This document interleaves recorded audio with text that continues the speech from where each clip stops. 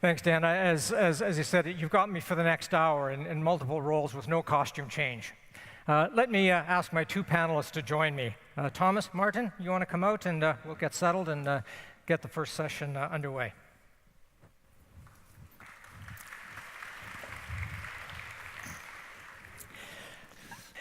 As we said, this session is 5 ways 5G will change the world. And we were saying backstage, I'm not sure I know how 4G or 3G or whatever G will, or maybe has changed the world.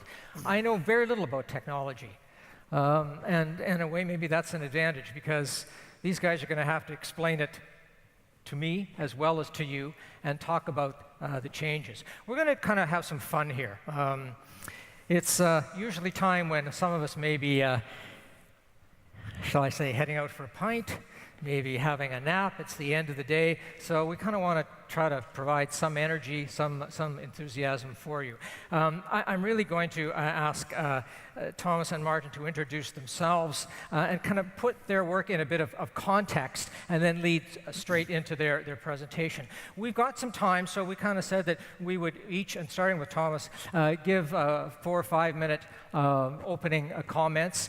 And I've been kind of sitting up in the 4th or 5th last row most of the day. And I've seen some questions kind of come in. And what we've also kind of said is, if you've got anything at all to ask, we're going to try to make time to field some of the questions that come in. It makes it more lively for you, for us, and it's just more engaging for everybody. So that's what we're going to try to do. I say my role here is really a bit of a ringmaster and a timekeeper.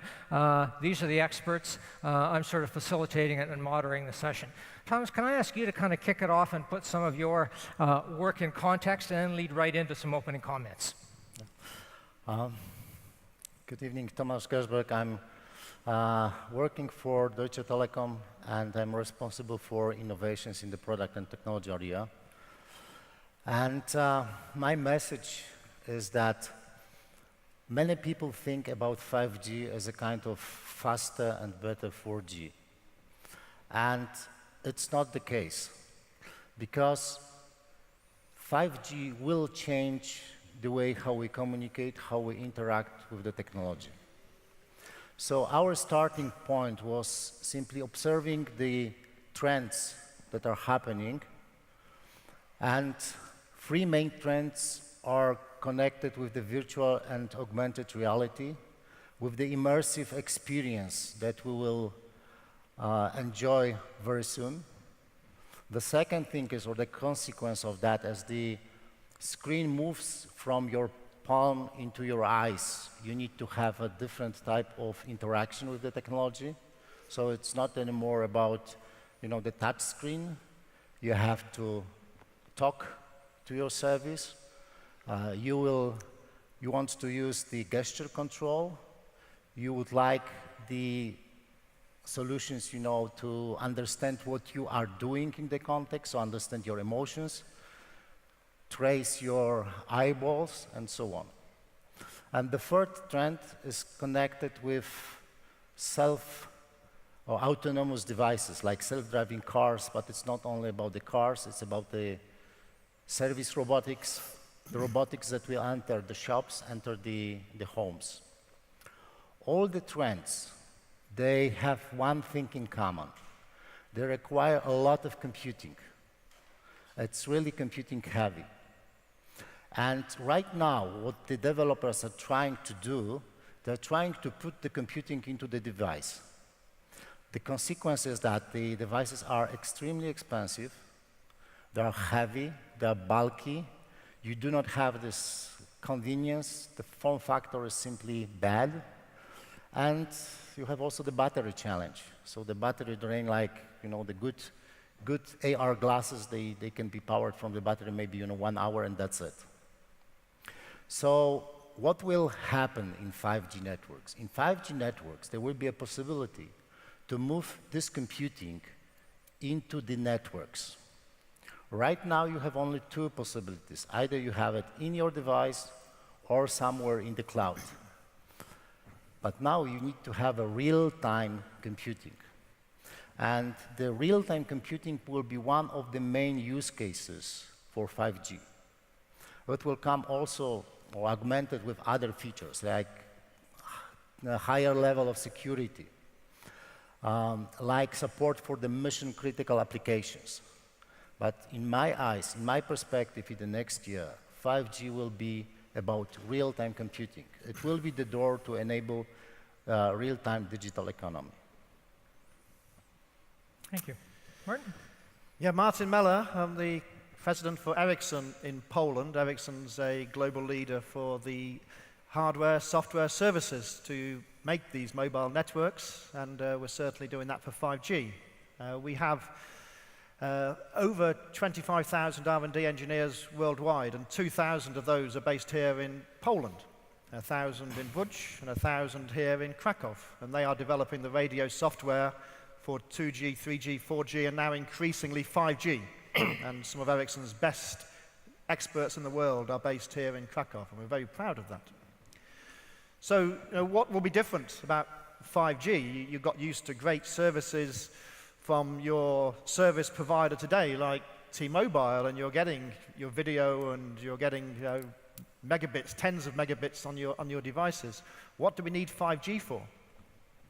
Well, just taking a step back, when you look at 2G, 3G, and 4G, this was designed by vendors like Ericsson, service providers like T-Mobile, academics, but not really with industry in mind. It was designed for the consumer, for you and me, to use mainly voice for 2G, and bringing in data services, internet access on 3G, and video for 4G.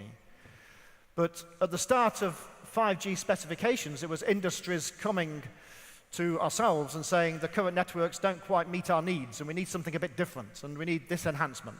So you're going to see 5G being designed for industry from the start, and that's going to be a big change. And that's going to mean very different characteristics for the network as well. If you think about throughput, today's LTE networks, each base station will probably give you hundreds of megabits per second that's shared, and some of the advanced technology will give you maybe up to a gigabit, maybe 2 gigabits. But this is going to be 10 times more, 100 times more when it comes to 5G. And just to lead on Tomas's example here of how the processing power is going to go into the cloud and what that means, we had a radio technology day in Krakow in November last year when we demonstrated 5G technology. We had a 28 gigahertz carrier that was running 14 gigabits per second. And when you've got a radio device that's having a bandwidth of 14 gigabits per second, the bandwidth is no longer the limitation. So what did we show? We showed a virtual reality application, but the processing was done in the cloud. So now you can transmit all of this high throughput data, the graphics being rendered in the cloud, over the mobile network. And that really makes sure that the processing power then doesn't need to be local to you, doesn't need to wear out your battery, as Tomasz was saying. It doesn't need to be expensive on your desktop. It can be in the cloud, and this is going to change things quite fundamentally with that bandwidth improvement. Low latency, you've all heard about as well, and this is really needed for the future, because for voice services we can probably live with 100 milliseconds of latency with our ears. For our eyes, for video, it's probably 10 or 20 milliseconds. But when you start to touch things and feel things, it's down to literally 1 or 2 milliseconds. And so low latency services, where you can touch the internet, feel the internet, we call this haptic feedback, is something that's going to change as well. And this has all sorts of applications in robotics, in medicine, and when we see this leading into transport as well. So these are some of the things that we see going to change with 5G in the future. And the third one, just to mention, is capacity. I mean, earlier on, Tomasz Lips was talking about smart cities. You don't need 5G for some of the smart cities, and that's absolutely right. IoT is not going to wait for 5G.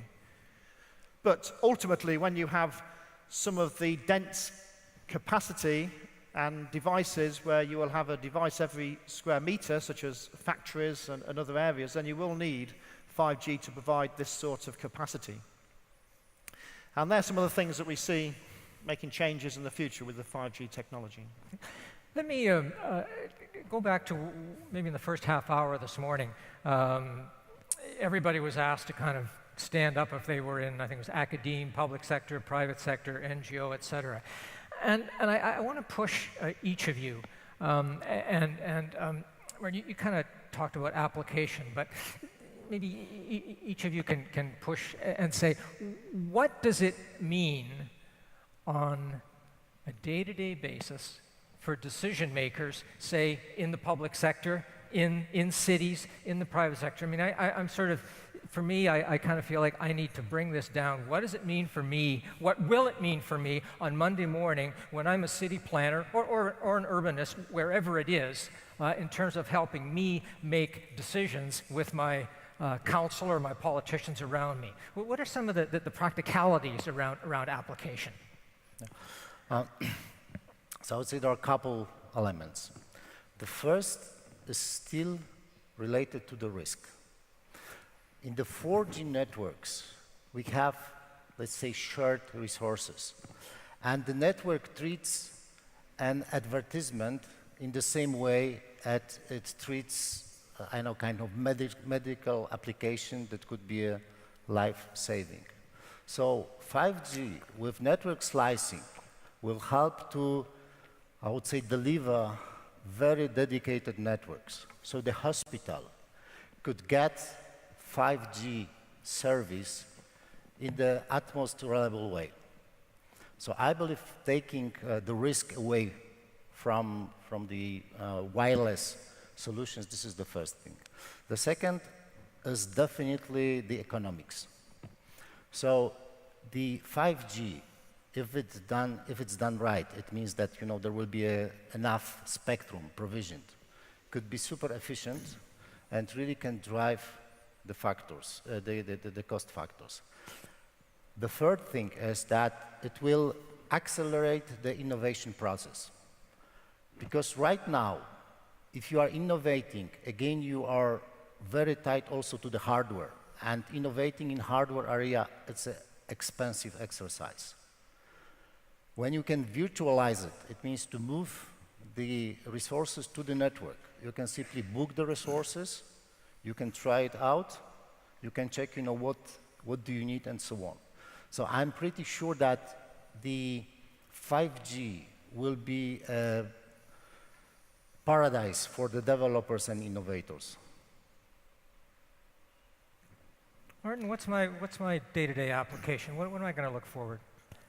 Well, I think you need to see the changes that are being made. And if you look back, maybe it took us 100 years to connect 1 million fixed devices. It took us 25 years to connect 5 billion mobile devices. It's going to take us 10 years to connect 50 billion things. So the pace of change is really rapid. And when everything is connected, everything changes, the world changes. And you mentioned city planners. I mean, the smart cities, when every vehicle is connected, when every street lamp is connected, when every monitor is connected for the environment, means that the cities can be much smarter themselves, people can enjoy a much better quality of life, and decisions can be made about transport in real time. Medical was mentioned as well, of course. I mean, we're all hoping for things like remote surgery. It may not be right here, right necessary for us now, but there are certain parts of the world where there are conflicts, where there really is a shortage of doctors and hospitals, and this is going to be an urgent need, and therefore the low latency services working for some of these medical procedures is going to become really relevant over time. Factories. I see factories today. We talk to owners of factories. They are configured in one way, based on fixed technology and communications. But the factories of the future need to be dynamic, they need to be scalable, and they need to be changing frequently.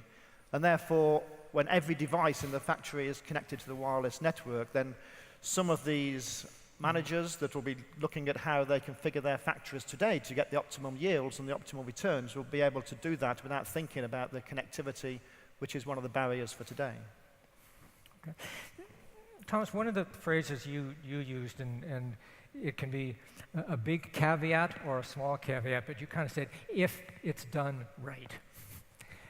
let me take your words and throw that back at you and ask what, I'm not going to ask you if it's done wrong, but what are the risks? What are the sort of issues that we need to pay most attention to ensure that it is done right? So, the first thing is it's about frequencies. So, this is the asset which is very limited. And let's say for optimal usage, 5G networks will require proper spectrum, proper bands, and proper structuring of the spectrum. So this is definitely something that lies in the hands of the politicians. Mm-hmm. And the second thing is also the regulatory. Because in the regulatory regime right now, we have so-called net neutrality. As I mentioned, the networks are not aware of the service, which is wrong. Because again, I know that, looking at the pictures of cats in the internet is a super thing, it's a super funny, but if you have in the same base station, some elderly people, and their life functions depend on the network, it must be treated differently. So if this is, let's say, done right, then I believe that the operators and the technology suppliers, they will deliver, the good products. Okay.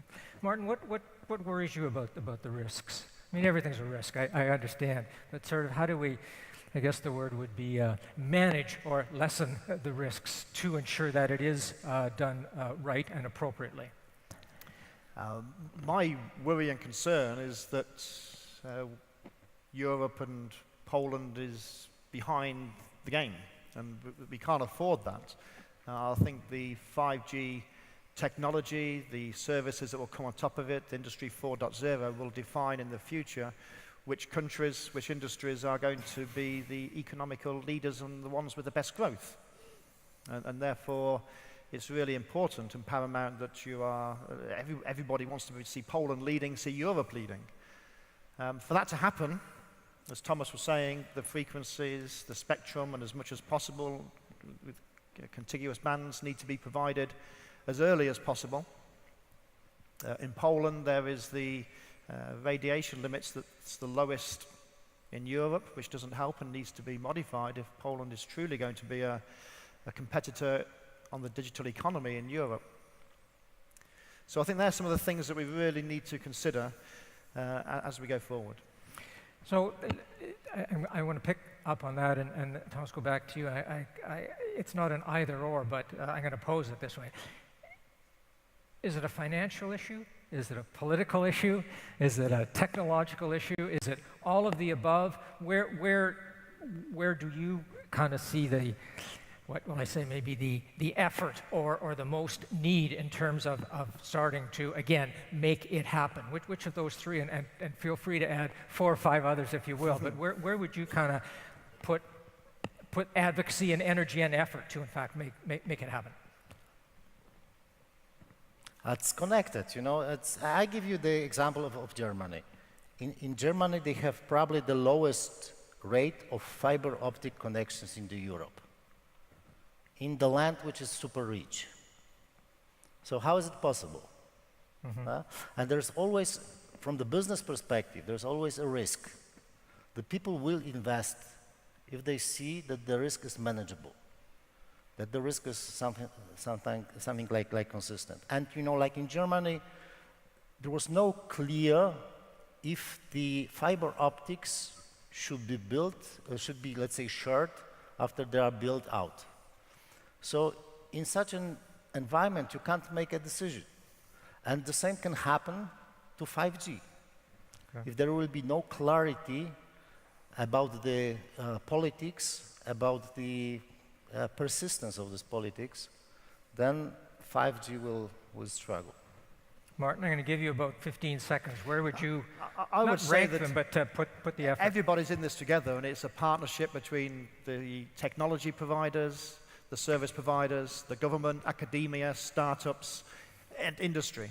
And I think if there's one thing that's really needed, it's for industry to realize the potential of 5G and what it can bring their businesses in terms of cost savings and new revenue opportunities, because ultimately it's that which is going to drive the business case for the service providers to build these networks. Gentlemen, thank you very much. Please join me in thanking my panel.